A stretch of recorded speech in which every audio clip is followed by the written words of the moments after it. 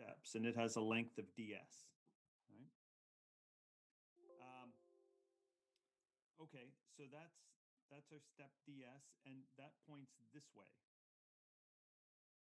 And the electric field points this way.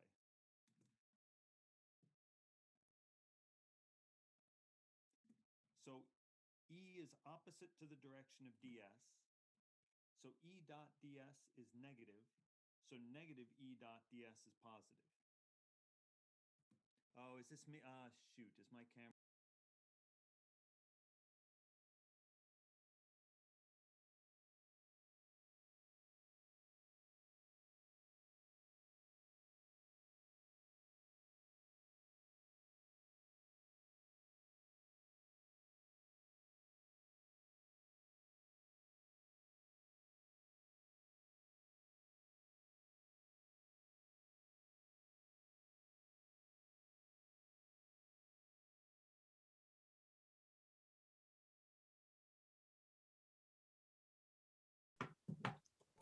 Okay, yeah, I'm sorry, I was on the wrong Wi-Fi network. Sorry, your audio is fine. It's just every time you write something, your like camera lags, so it's really hard for us to see what you're actually writing. Shoot. All right, well, let's see if it, so text again if it doesn't get any better. Not sure how we'll handle it now. I've done the only thing I know how to do at this point. Okay, but so let me just try this. So in this case, you've got an electric field that's going this way, and you're taking a step that way. So E and ds are opposite to each other. So E dot ds is a negative quantity, which means minus E dot ds is positive. And it's important to grasp physically why this makes sense. The potential difference, this tells you the units of this thing are joules per coulomb. It tells you the number of joules needed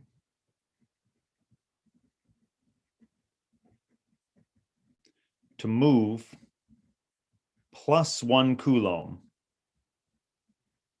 from I to F. Okay?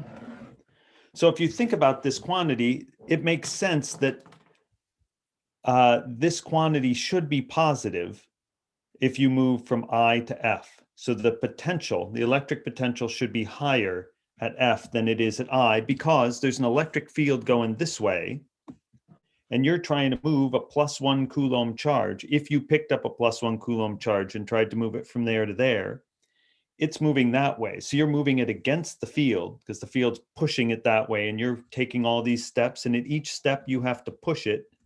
And so you are doing work on the charged particle to move it from here to here. All right. So then this would be a positive quantity, and that is what's known as the potential difference. So it's the number of joules it would take to move plus 1 coulomb from there to there.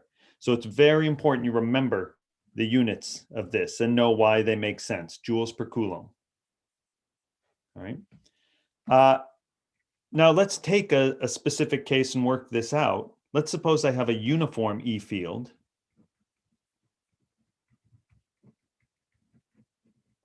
This way. And I move a charged particle from I to F, some distance d. And this is a uniform E field E. What's the potential difference between those 2 points? Well, you know that in this case, so the potential difference is minus the integral of E dot ds, E vector dot ds vector. And again, remember that minus sign comes, this minus sign appears here because if E and ds are in the opposite directions, then you are doing work to make the particle move because E is going this way and you're pushing that way. So you're pushing against the field.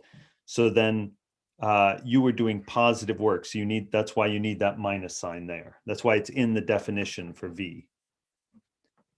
Okay, so in this case, if the field is uniform, then integral of E dot ds is just the E comes right out of the integral. And if ds is going this way, and E is pointing this way, E and ds are opposite.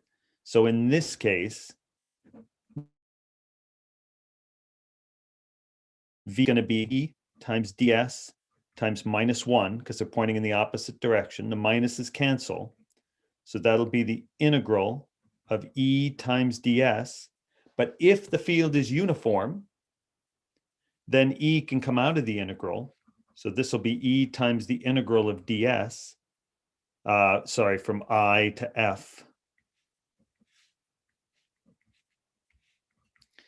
All right, but the integral, the sum of these little steps from here to here is just the length from there to there. So this is just equal to E times D. So this is how much energy it would take to move a +1 Coulomb charge from here to here, would be E times D. Now, if you wanted to move a 3 Coulomb charge here from here to here, it would take 3 times this. So the units of this thing, remember, are joules per Coulomb. So it's how many joules it takes to move +1 Coulomb from there to there.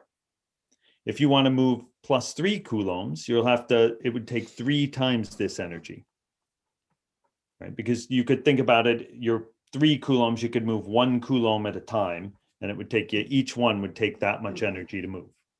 Okay. Professor, I have a quick question. Yeah. So your microphone, actually, the chat can back me up here, but your microphone kind of cut out around the second step of the problem. Can you just say that again real quick? Just real quick. Let's see, from here to here? Yeah. Okay, so from here to here, right, in this case, E points this way, ds points that way. So E vector dot ds vector is just magnitude of E times magnitude of ds times cosine of the angle between them, but the angle between them is pi, and so it's -1. Okay. Is that all right? Mm-hmm. Okay. Okay, so this is an easy case because the field is uniform. Okay, but what if the field weren't uniform? So let's do an important, sort of simple but important example. Let's suppose that I had a charge of, let's see, a charge Q here. And I want to find the potential. And we're going to introduce one new idea here. Relative to infinity at point P.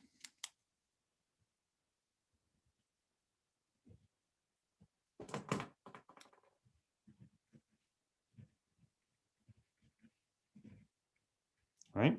Actually, this needs more paper than that. Hold on. All right, so we're going to find electric potential relative to infinity a distance r away from point charge Q. All right. All right, so what we're really asking, and this is what's new, relative to infinity. So we say we have a point charge here with charge, let's say, plus Q on it. What we've looked at so far is potential difference. That is, we'd be asking how much energy would it take, right? V, electric potential, has units of joules per Coulomb. So if you want to know the potential difference between this point and this point, then you're asking how much work does it take to move a +1 Coulomb charge from here to here? How many joules per Coulomb? And this one is tougher than the one we just did, because in the one we just did, the electric field was uniform. And so it just came right out of the integral. And so the potential difference between here and here just becomes the electric field times the distance, right? So that one was easy. This one's going to be a little trickier because in this case, the electric field changes as you move, right? You know, if you were taking a +1 Coulomb charge and pushing it from here to there, your first step is going to be easier than your last step because the electric field is stronger here. Sorry, the electric field is stronger here than it is here because you're closer. So as you move, it gets harder and harder to push the electric charge from there to there. All right. Okay, so what we know, so let's do this. We know V, and then we'll think about this relative to infinity, what that means in a second. So what we know is that, actually the direction, this is going to be a little easier.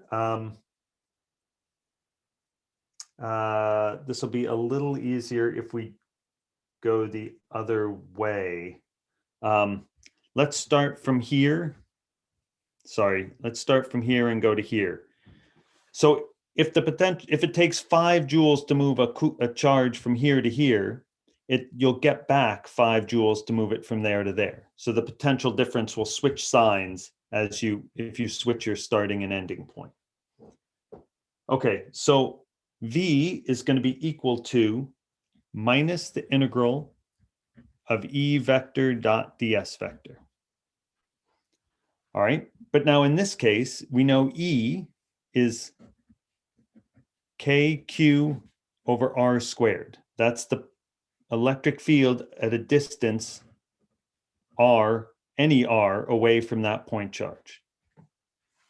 And ds vector is now dr vector, right? Because and then this is in the r hat direction, right? It's this way. And so if you integrate these, and we need to integrate from I to F, you're asking what's the potential difference between this point and that point?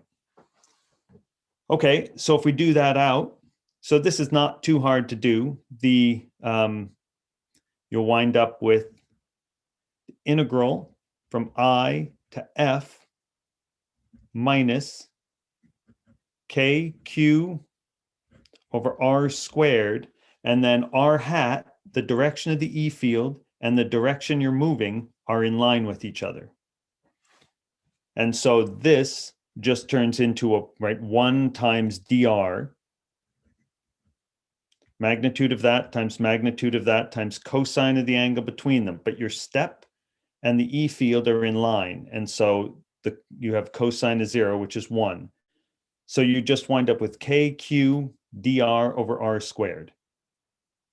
And so when you integrate that out, you wind up with, so this gives you a minus KQ over R just from doing this integral. And then you lose the minus sign, right? The integral of dr over R squared is minus 1 over R. And then that'll cancel that minus sign. So you'll wind up with KQ over R. Plug in the limits F and I, which leaves you with KQ over this distance, call this R2, call this distance R1. So going from R1 to R2,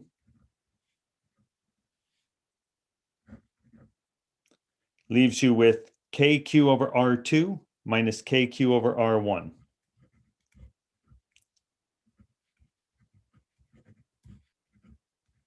Okay. Good. So this tells you the energy it takes. Hang on, what's the question? Is that always the case that E and DS point in opposite directions? So Connor, no, not necessarily. It depends which way you're moving, right? So if you want to know, if you think physically about it, if I move from here to here, you expect the potential to be lower here than there. Because if I have a plus charge here, if I try to move a +1 Coulomb charge from here to there, my steps are in this direction, and the electric field is also in that direction. And so in that case, E and DS point the same way. And so every step is a negative contribution. Since E and DS point the same way, that's positive. So every step is a negative contribution to the potential, which is why we'd say the potential here is lower than the potential there. Okay, but then if you go the other way, then the potential here is higher than there. So this is exactly the same thing that you do with gravity, and you say, all right, the potential difference, in fact, we started talking about this last time, because the force on a mass, if I have a mass here, there's a force on it, which is mg, and it points that way, right? So the force vector on this, if you make this the positive direction, then the force is minus mg z hat. And if you want to know the potential difference between this point I and this point F, you say, all right, well, I have to integrate F dot ds, and in this case, ds points that way from here to here.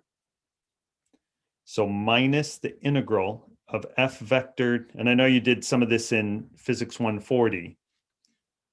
So the potential difference, again, is the integral of F dot ds from there to there. And in this case, force is always minus mg, and your ds vectors, minus mg z hat, and your ds vectors are always something that points in the plus z hat direction. So then this would be negative, but then minus fds would make it positive. So that tells you that each of these steps contributes a positive amount to the potential difference between there and there. And in that case, you say, well, all right, F is constant. If I lift the mass from I to F is constant at every step. And so I'd pull it out of the integral. And the integral of ds from there to there is just the height that you lift it, right? The sum of these step lengths is just h. And so that leaves you with the potential difference between that point and that point is just mg times h. So this is how many, so we got to be a little careful here. This is how many joules, that has units of joules. That's how many joules it takes to move a 1 kilogram object from here to there. And so to grasp electric potential, the analogy with gravitational potential is very, very useful, right? If I have 2 points in space here and here, there's a certain number of joules per kilogram it takes to move a 1 kilogram mass from here to here. That's the gravitational potential difference between these 2 points. So if you look in the camera, so here is a spot and here is a spot. It takes a certain number of joules to move 1 kilogram from this point to this point. And it takes more joules per kilogram to move masses from here to here. And 5 kilogram objects take 5 times as many joules to move them from here to here as 1 kilogram objects. So the potential difference has units of joules per kilogram. Every 2 points in space, so forget about E and M, in gravity, in just regular mechanics, every 2 points in space, we're near Earth, every 2 points in space have a certain number of joules it takes to move 1 kilogram objects from a starting point to a final point. And you know that this spot has higher gravitational potential than that one, because it would take you a positive number of joules to move 1 kilogram from this spot to that spot. And then another thing is that all of the potential difference, the gravitational potential difference,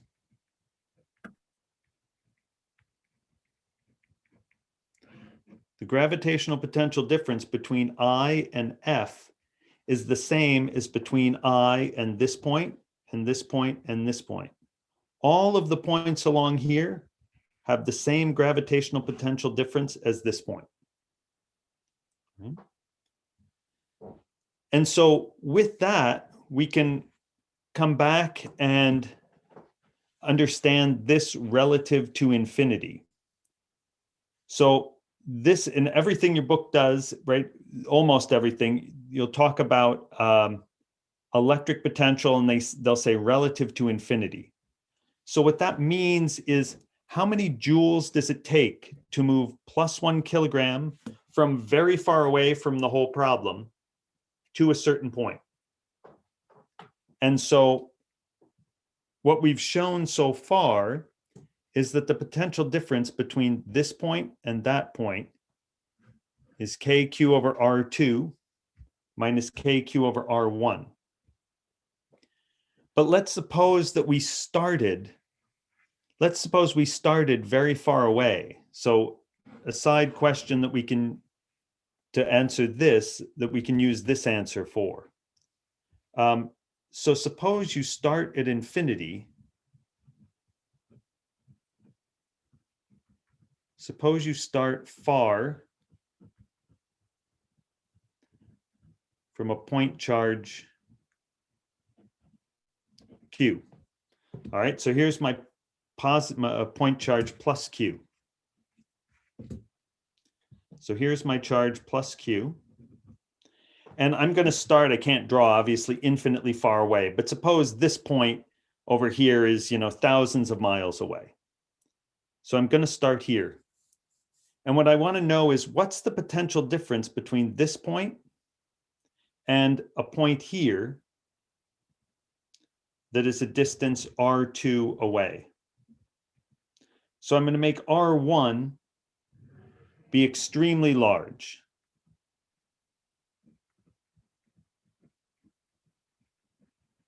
So we're really asking how much energy does it take to move +1 coulomb from way, way away into this point, a distance r2 away. Well, you can see what happens. If r1 is huge, right? We just showed here that how much energy it takes to move from 2 points that are r1 and r2 away. But if one of the points, if r1 is enormous, then that term goes away.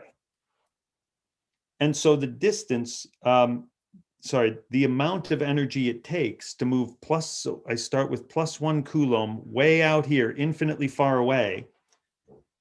And now what you have to think physically about this is as I move this in, these first steps I take basically don't take any energy. Because I'm so far away, the electric field is really, really tiny out here. And so this is not pushing very hard on my +1 coulomb charge. And so these steps are easy. And as I, over many, many thousands of miles, as I get closer and closer, very gradually I have to start to do a little more work each step. Each of these steps ds. And as I get in close to here, now I actually have to do real work and put real energy into the charge to push it along each of these steps. And eventually I get to here. And so what we can see is that if R1 is infinity, that term goes away. And the potential at this point, so V at R2 is just going to be KQ over R2. So this is a very important result that we're going to use over and over and over.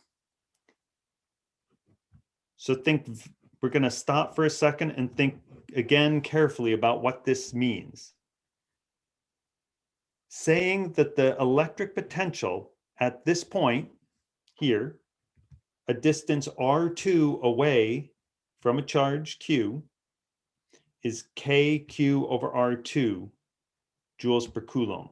What we're saying is that if I take a +1 coulomb charge way out here, +1 coulomb, and I push it all the way into R2, it's going to cost me this much work to do it, this much energy. I'll have to do this much work, and the particle will gain, and the charged particle will gain this much potential energy relative to here once it gets here. All right. And so other points, this point out here. So let's try two things. So here's a point A,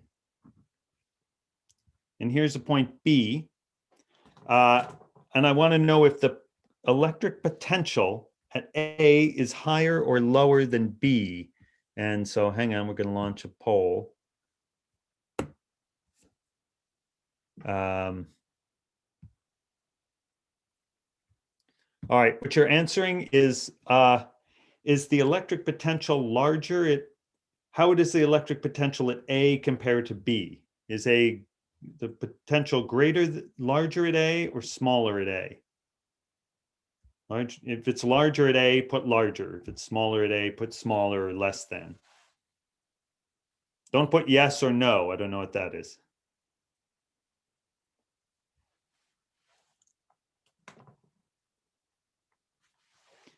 I mean, I want you to think about this two ways. Well, one, you can look at this and just plug in. And so, you know, A is here and B is there. But I also want you to think physically about why the potential here should be larger or smaller than the potential there.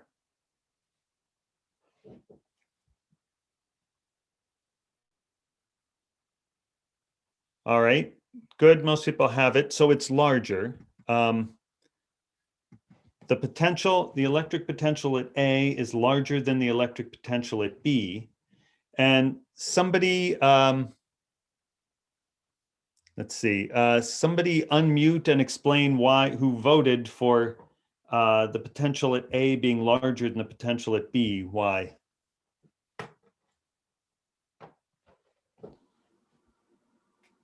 Oh, come on, somebody's got to be willing to unmute and explain why As you go closer to the source of charge, the potential increases. Yeah, yes, right. You can see that there, but why? Like physically, why should it be higher here? Since you're dividing by a smaller radius. Yeah, since you're dividing by, right. So that is in terms of this equation, and that's exactly correct. That shows you that the potential R is smaller there than there. But physically, like I have a charge. Can you explain me why would it take more work to move a +1 Coulomb charge there than there? Is it because the field strength is greater when you get closer to it? Sort of. But I mean, even if I would claim this would be higher, like the electric field is going this way.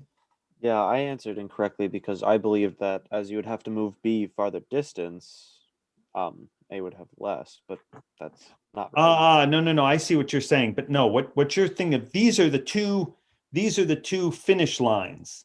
I take a +1 Coulomb charge here, and I'm going to move it either to this finish line or to that finish line. Okay, well, that's where I got confused. Okay, all right, no, that's good. Now you can straighten out. So I take a +1. So that actually does make sense. It would be Why is that? at A because it has to move a longer distance, and since we're working with integrals here, it's the compound of all those little steps. Yeah. There's just more steps going to A than there is to B. Yeah, that's true. But I could actually, sorry, go ahead. Someone else is saying. No, I was just continuing, which means you'd have to put more energy in to move to A, meaning the potential for moving there is higher. Yes. So that's correct. Somebody had mentioned that, well, because the field gets stronger here as you get closer, sort of, not exactly. Even if I made, cooked up some charges so the field started to get weaker as you went from here to here, the field is still pointing. As long as the field is still pointing this way, you have to push against the field. So it's not just that you go farther, it's that you go farther against the field. And in the same way, it takes more, and you know this intuitively, right? It takes more energy to take a big rock to near the top of a hill than it does just a little bit up the hill, because gravity keeps pushing the rock this way and you have to keep pushing it this way. So the higher up you go, the more work you had to do because you were pushing in the opposite direction to gravity. So in fact, one slightly confusing example, right? So we've found that the potential, if you have a charge Q, the potential at this point P, V here, this is a distance R, And V at this point, relative to infinity, is KQ over R. All right, so again, the smaller R is, the closer in you want to be, the more work you have to do to push the charge from infinity into that point. But what if that's, so let's say this is a positive charge. But now what if this were a negative charge?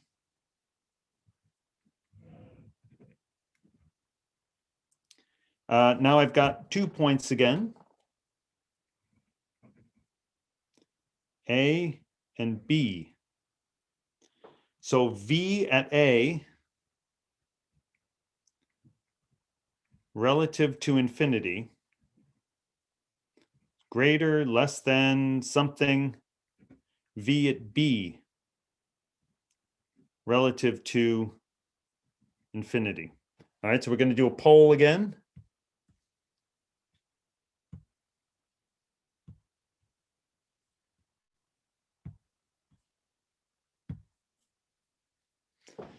All right, so so this is a negative charge, and before you answer, don't answer yet, right? I want you to physically imagine taking a +1 Coulomb charge. Here it is.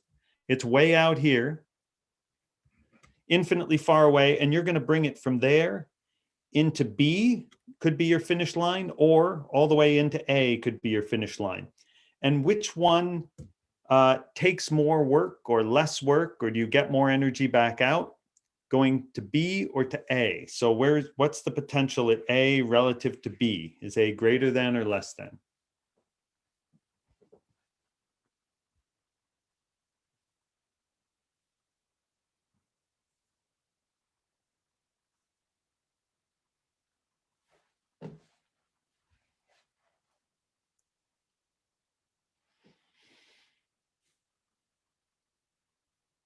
All right, so much more disagreement here.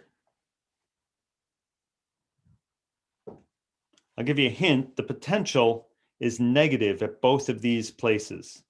Because if you take a +1 Coulomb charge and a negative charge here, it is being pulled in. And so all of these points have a negative potential. So the question is VA more negative, meaning it would be less than the potential at B, or is it less negative? So if this is zero potential, right? So out here we define this to be zero potential, being infinitely far away. So A and B are both negative potential. So the question is that A or B? And is this A or B? All right, so I'll tell you the answer at this point. The potential here is more negative than the potential here. All right, anybody have a good argument for why that is? Why should the potential at A? So this is the way it actually is. The potential at A is more negative than the potential at B. Anyone see why, or can make a good physical argument why that ought to be true?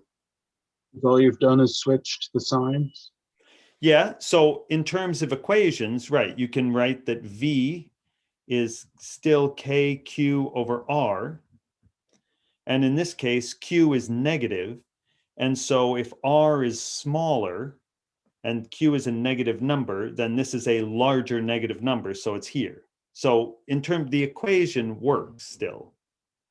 But now physically, why should, if I call this point infinitely far away, if I define this to be zero, when we say potential relative to infinity, so this point is infinitely far away from us, and therefore, and that is the point where we say the potential is zero, why should it be more negative there than there? Like physically, in terms of carrying charges around. Is it because like the electric field is more condensed over a smaller radius? No, I wouldn't say it's more condensed. It is getting stronger as you get in here, but that's not exactly it.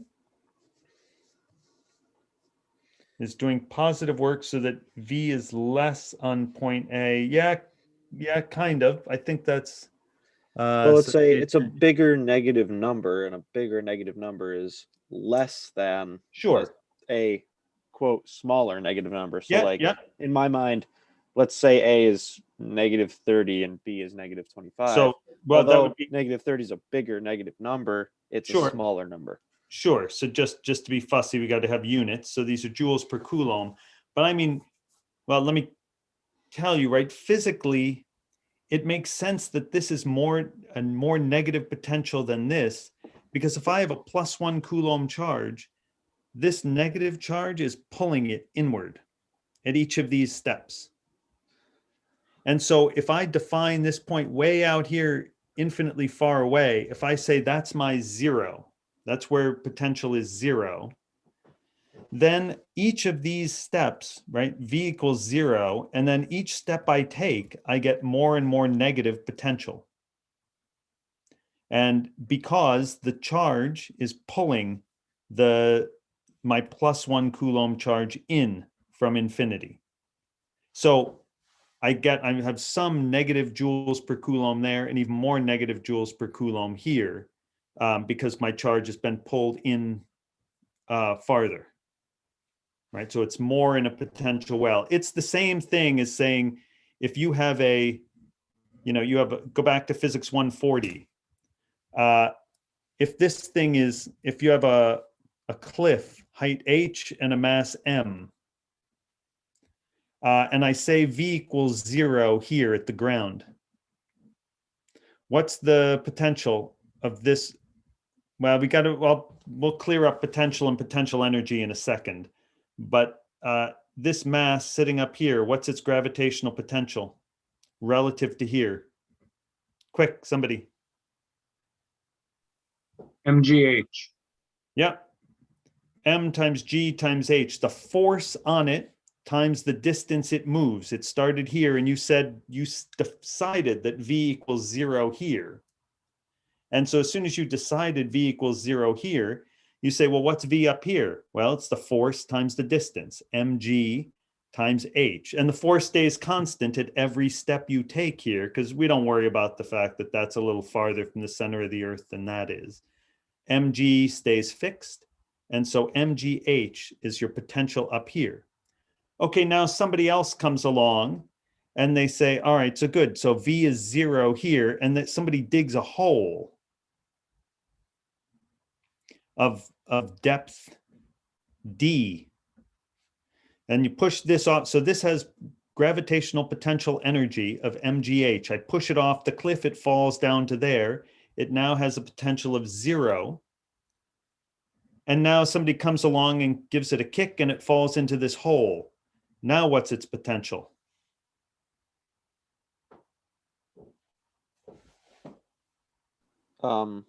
Yeah, people are saying the camera's starting to get kind of choppy again. And I agree.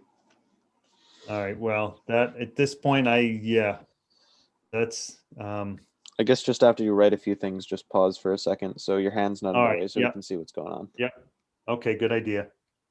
I don't know. So, okay, so V is 0 here. You decided at the start of the problem, V is 0 here. So it's mgh up there. Somebody kicked this off. Then they pushed it into this hole. It fell to there. What's the potential here? Yeah, Jiasheng, right? So it's minus mgd. It has negative potential when it's in this hole. So any questions on that, right? Because in this case, the force on it is that way and the steps are that way. So the integral of f dot ds is going to be a positive negative integral f dot ds is going to be negative. And so at each step, it gets less and less potential energy and winds up here. And so the potential here is minus mgd. And you can, right, you know this from physics 1, you can always change where you want the 0 to be. So here's my cliff, and then here's the ground, and here's the hole that I dug into the ground, and this depth is d, and this height is h. If I say that V, if I change my mind and I say I want V to be equal to 0 at the bottom of the hole, then V here, when it's here, V equals plus mgd, and V up here is mg d plus h. And if I define V to be 0 here, then it's minus mgh here and minus mgh plus d down here. So you can always fix the 0 wherever you want. And lest you think that's, you know, some very subtle mathematical thing, right? You do the same thing with elevations on Earth, right? You decide that we decide by fiat that, you know, we're going to declare that the ocean has an elevation, average sea level has an elevation of 0. And so then fine, you know, the top of this mountain has an elevation, I don't know, whatever, 4,000 feet. But that's arbitrary where you decide the elevation is 0. And then we know there are spots on Earth, low-lying seas that have negative elevation. There's nothing, you know, very sophisticated about that. It's all just elevations are measured relative to some arbitrary 0. And in our case, we declare that the usual way to define electric potentials is you define a point. It's getting too much stuff on that. If we have a charge Q and we have a distance R, and you want to know the potential at this point P, so V at P relative to infinity. So we're saying how many joules per coulomb does it take to move charge from infinitely far away to here?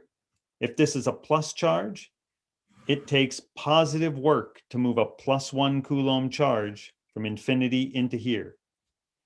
If this is a negative charge, it's going to take negative work to move a +1 coulomb charge from infinity to here, because this charge, if you had a negative Q and you were a distance r away, if you want to move a charge a distance r away, a +1 coulomb charge will be pulled in, and so you'll wind up with a negative potential here. So at this spot, V is minus kq over r. In this case, V would be equal to plus kq over r. And the units are joules per coulomb. And if I start, just like the problem with the mass in a hole or on the ground or up on a cliff, if I started with +1 coulomb here, it would take me plus kq over r to push it all the way back to be infinitely far out, because I'd have to give back all the energy the thing picked up when it came into here. Right? Okay, so think about questions for a second before we go on.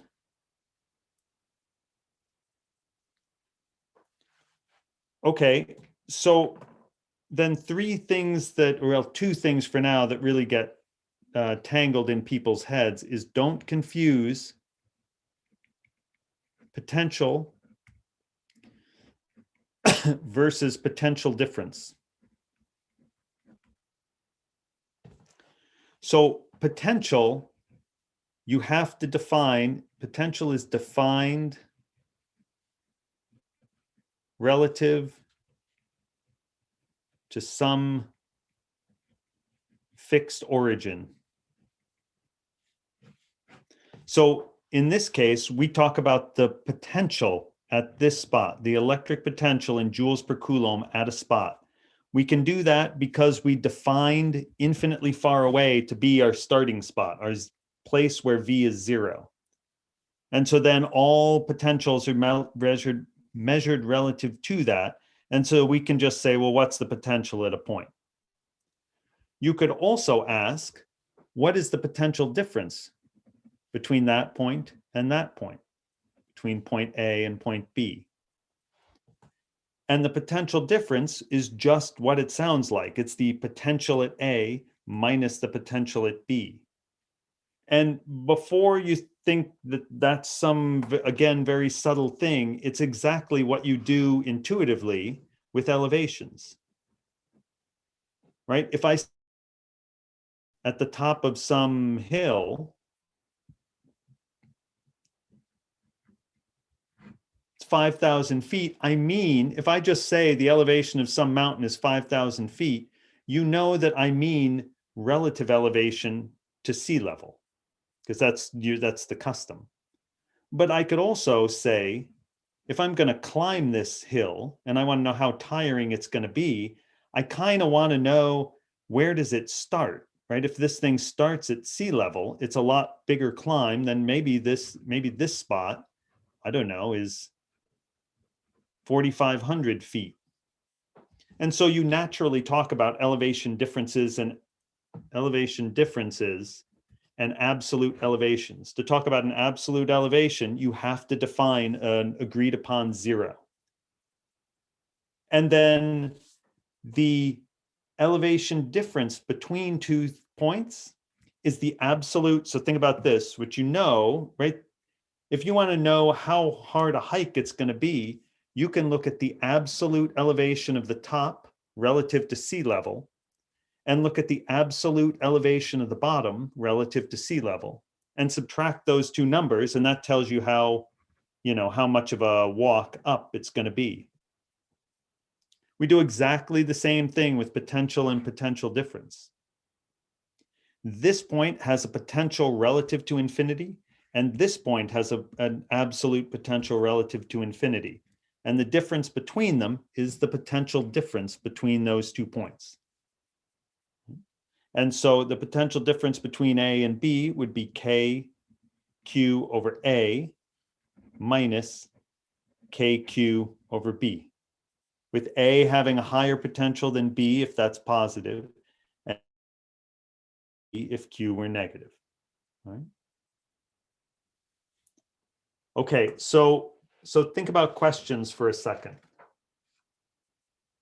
So basically, as like a hard and fast definition, just for in my notes here, potential is, as you wrote there, defined relative to some fixed origin, and the potential difference is the difference in the potentials of 2 points relative to Yes. some fixed origin. Right. The difference of the potential of between 2 points, where each point had its potential defined relative to whatever the absolute zero was. Okay, and this unit, joules per coulomb, again, you got to make sure that unit stays well sort of understood in your head. If I said, how many joules does it take? If I have plus 5 coulombs way out here, and I want to move it into point A, how much energy does it take? Well, you look and you say, well, the potential at A is KQ relative to infinity from this charge.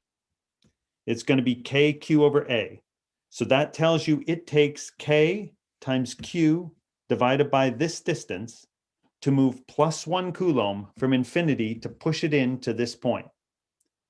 Now, if I want to move plus 5 coulombs, it's going to cost me 5 times that much energy to do it, right? So that's why physically the unit is joules per coulomb. It's how many joules it takes to move 1 coulomb from there to there. In exactly the same way, in gravitation, you can say if this is 0, this height is 0, and this height is h, it costs me g times h, joules per kilogram. So as soon as I define this to be 0, every point in space gets a certain number of joules per kilogram. This spot up here, there's nothing here, but that spot here would take g times h joules for every kilogram I want to move up here. That's how much energy it would cost me. If I want to move 10 kilograms up here, it's going to cost me 10 kilograms times GH joules per kilogram to move masses from there to there, right? So it's the same sort of unit you had back in physics 150. Every spot in space has a certain number of joules per kilogram. Now every spot in space has a certain number of joules per coulomb. Okay. And this unit is so important, it gets its own name, which is called the volt. So when you have an electrical outlet and you have 110 volts between it, now let's not worry about AC and DC and all of that. Or let's just say simpler, you have a 9-volt battery. Right? That's saying that there is a potential difference of 9 joules per coulomb between this prong and that prong of the battery. So if you attach this to some wires, and let's say that were the plus side and that were the minus side, then you will create a positive charge here or lack of negative charge there. You'll create an E field that goes that way between the plates. And for every +1 coulomb, if you took +1 coulomb of charge and tried to move it from here to here against the force of this, against this electric field, it would cost you 9 joules to move the charge from there to there, because it is a 9-volt potential difference between those. If you want to move 2 coulombs of charge from there to there, it'll cost you 18 joules. How many joules it takes to move each coulomb from there to there? So it's a 9-volt difference. Your house is 110 volts potential difference between the two sides. Okay. Okay, so think about questions for a second.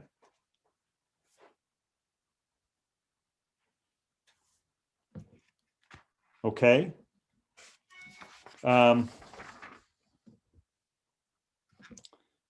Let's look at this case.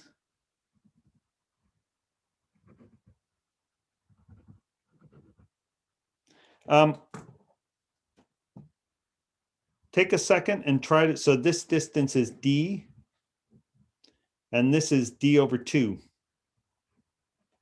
Find the electric potential at point P relative to infinity. How much energy does it take to move +1 coulomb from way out here into here? And so you can do each point separately. So you know V, a distance, V, a distance d over 2 away from this charge, and V, a distance d over 2 away from that charge. So it's a short calculation. Just do a quick, take 30 seconds and do it.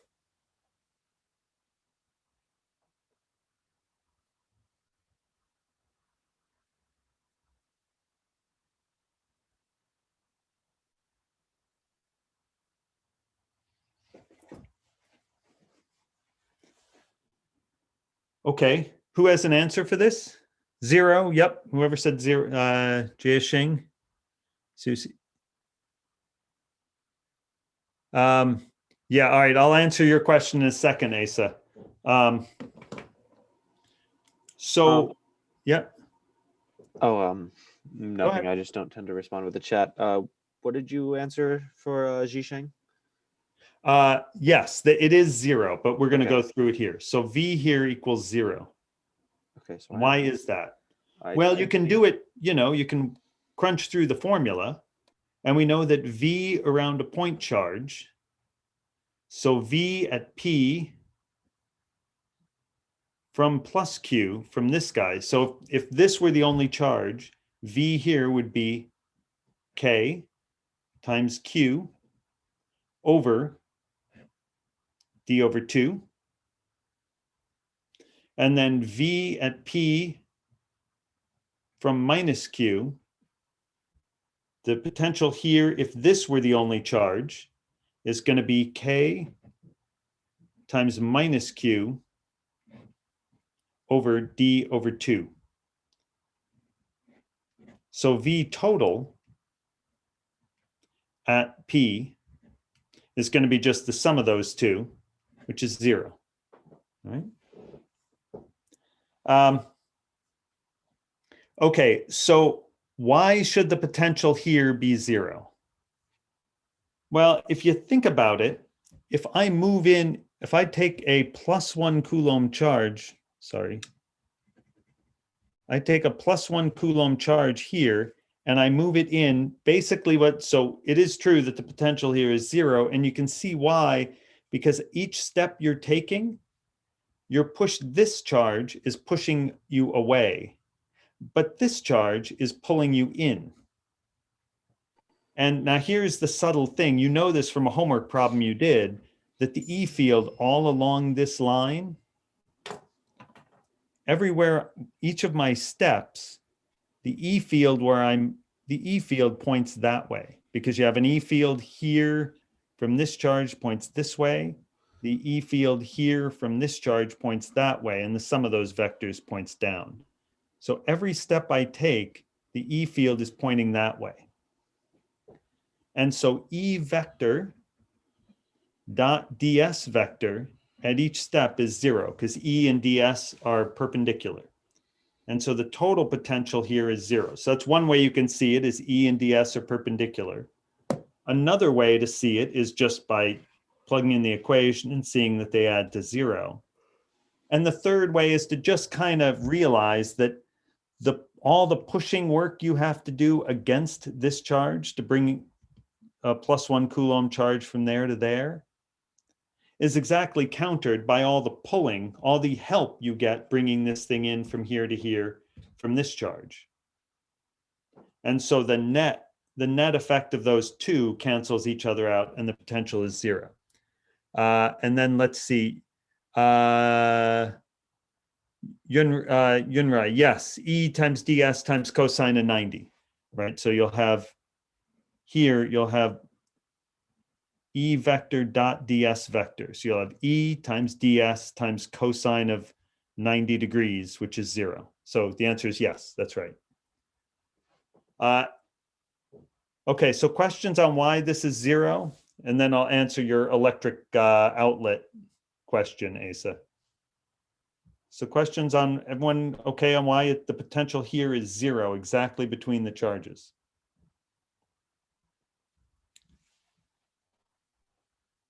Okay, so the electrical safety portion of the class is don't put your fingers in light outlets. So the way outlets are supposed to be wired, if you look at them, there's a long side, well, there's ground, and there's a long side and there's a short side. And what is supposed to happen, well, first simplification is, let's forget about AC. What's supposed to happen is this side is supposed to be at 0 volts. And this side is supposed to be at 110 volts. And this is also 0 volts. This is earth.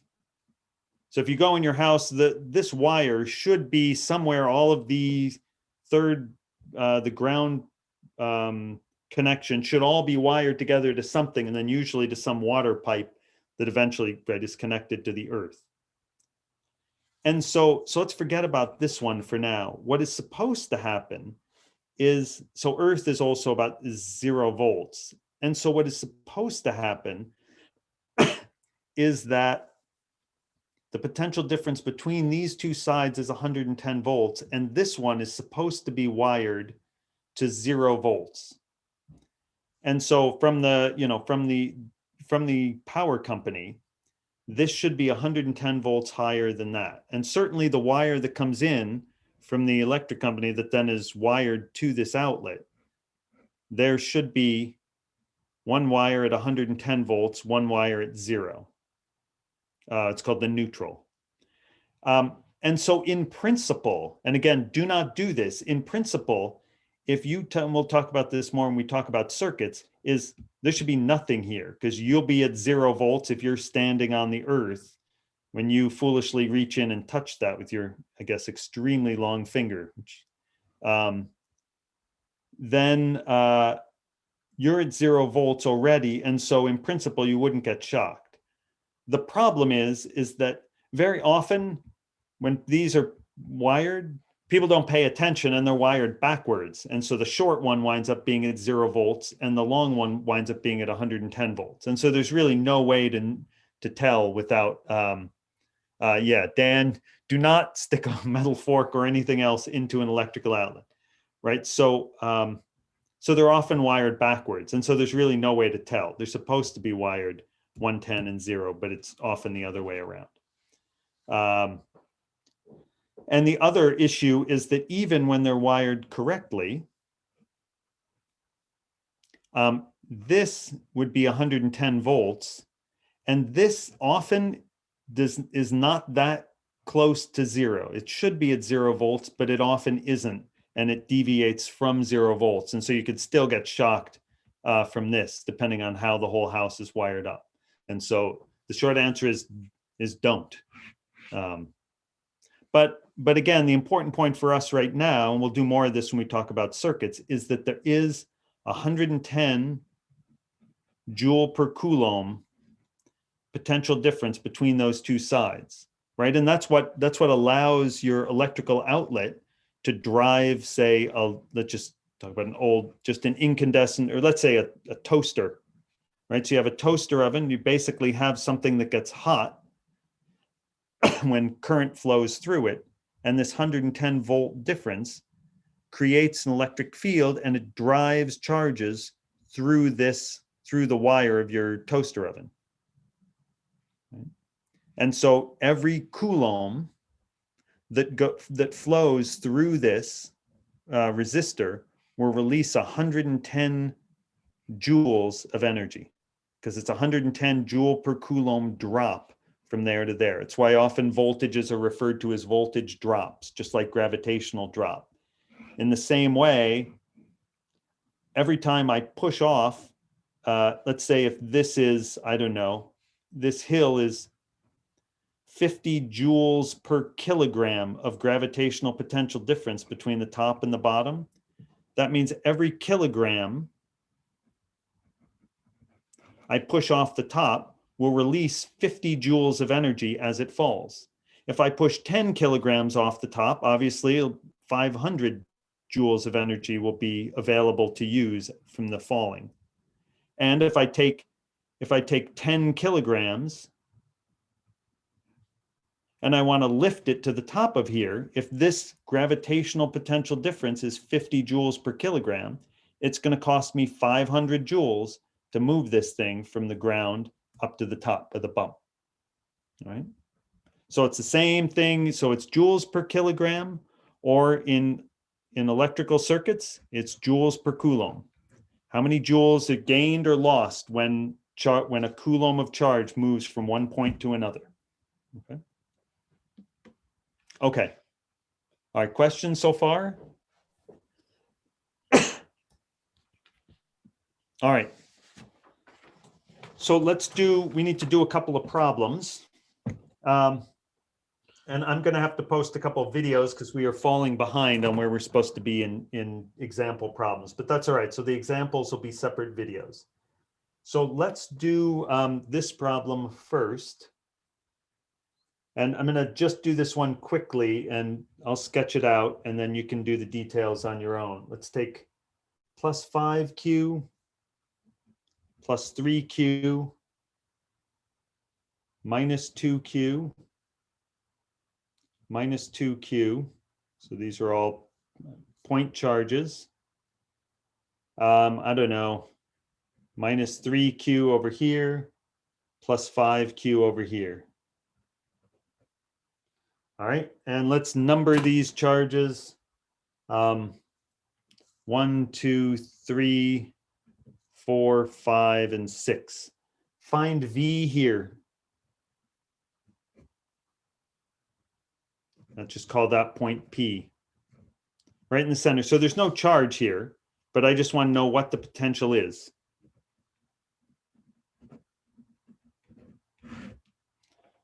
Okay. Well, what you have to do is, oh, and sorry, all of these distances are D. So you got 6 charges laid out in this rectangle like this, and you want to find the potential at that point. Well, you'd have to find the potential at this point from that charge, plus the potential here from this one, plus that, plus this one, plus that one, plus that one. All right, so we can do that quickly. So I'd say V at P. Now, one thing to be careful about is V is usually easier to find than E because V is a scalar quantity. It's just a number. It's the number of joules it takes to move +1 Coulomb from infinity to the spot. And so that's easier than electric field. We don't have to worry about directions. So the potential here is going to be K times this charge.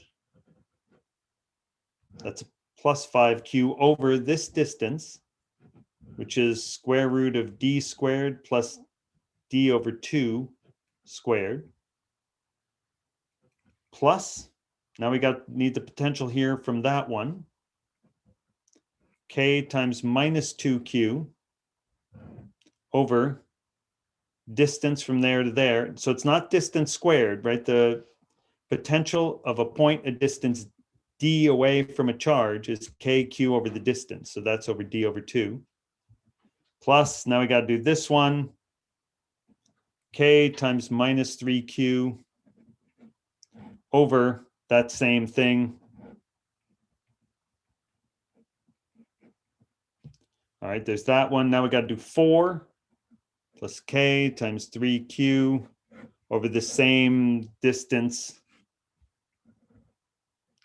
plus K times -2Q over this distance, which is d over 2. And now the last one, plus K times 5Q over this distance, same as that and that. Okay?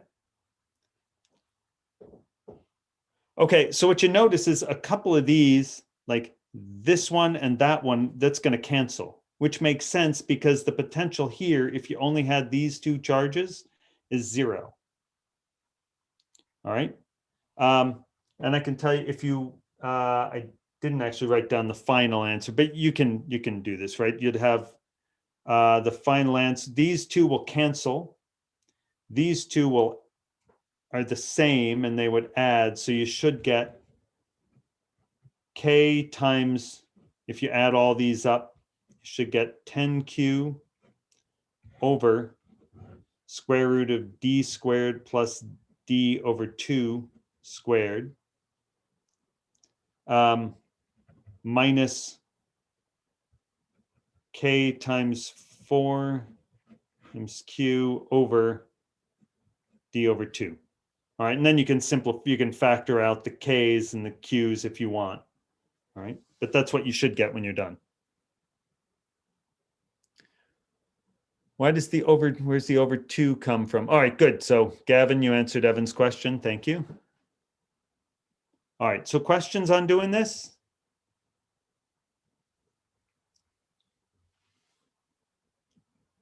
Okay. So let's look at a couple others.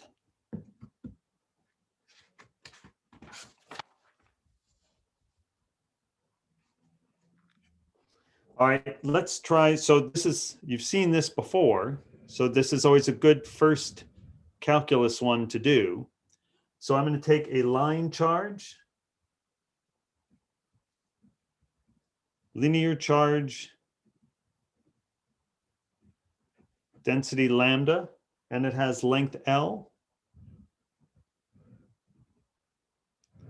And I want to know the potential here at a point P that's a distance d away from the end of the stick. Well, it's the calculus extension of the problem we just did.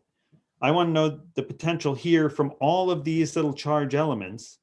And so what I could do is just find the potential here from an arbitrary element.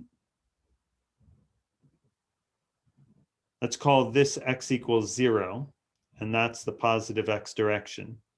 I could say, well, let's just figure out the potential here from an arbitrary element that's out a distance x and has a width dx.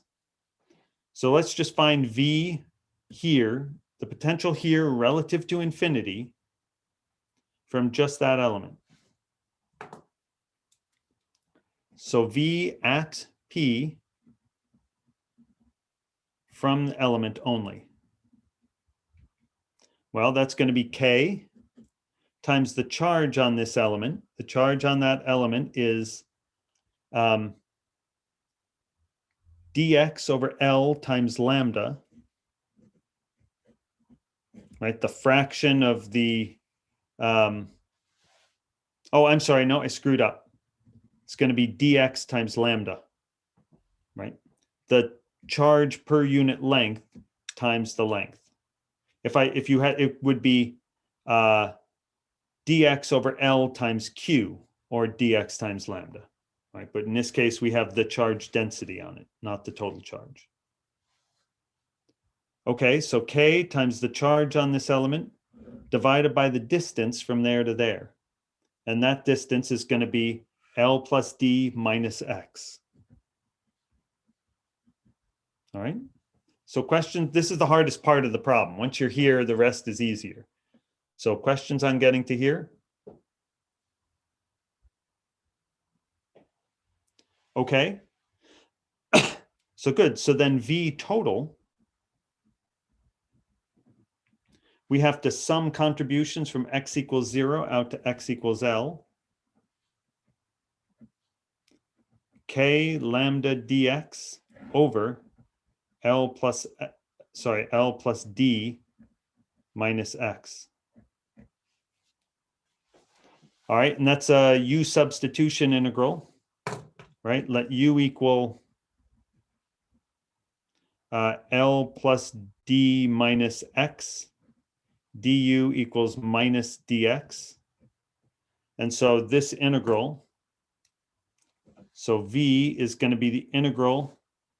Now the part I always forget, if X is 0, U equals L plus D. So U equals L plus D. When X is L, U is equal to D. And so we'll have K lambda, and then dx is minus du. So I'll have minus K lambda du over U. So doing du over U, that's natural log of U. So we'll have minus K lambda natural log of U evaluated at D and then L plus D. And so you'll get minus K lambda times natural log of D minus natural log of L plus D. And I'll reverse that ordering, lose the minus sign, and then use natural log of A minus natural log of B as natural log of A over B. So this thing, once you do all that, right? So I'm going to flip these, flip that, get rid of this, and then just use the log identity. So this will be K lambda ln of L plus D over D. All right. Okay. All right. So questions. So questions on doing this? All right. You sure? I'm just Okay. still writing it down if you can wait a minute. Yeah, of course.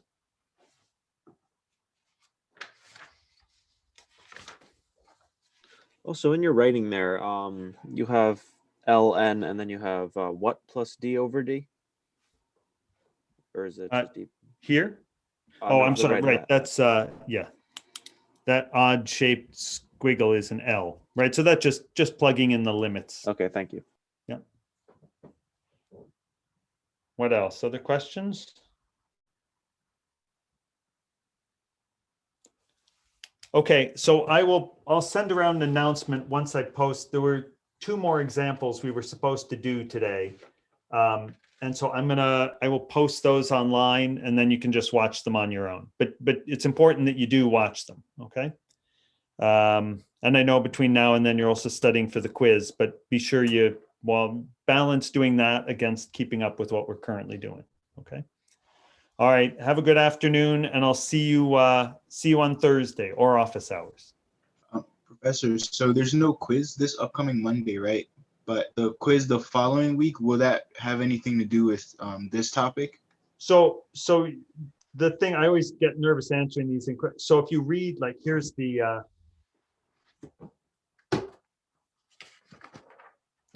so we are here, right? So we're currently the 23rd.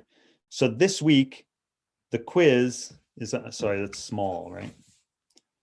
So this week, the quiz is on homework 2. So when you want, if you're trying to figure out what things are on the quiz, what topics, look at homework 2. That's for this week.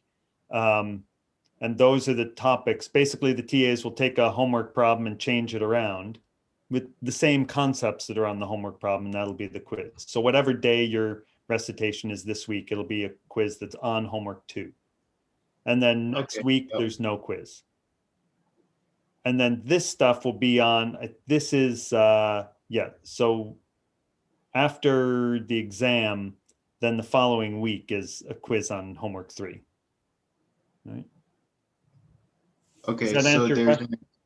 Sorry, go ahead. yeah, but so there's an exam and a quiz in that 1 week in the on the March 9th week. Okay. That's right. Yep. Yep. Okay. Which fortunately, I mean, then you're not really, it's not separate studying because this is on the exam too. So it's the same. Right? Because the exams will look very much like the quizzes. I just go through homework problems and I change a few problems, grab a few problems and change them around, and that's the quiz. Right. Sorry, that's the exam. Okay. Thank you. All right. See you guys. Bye all.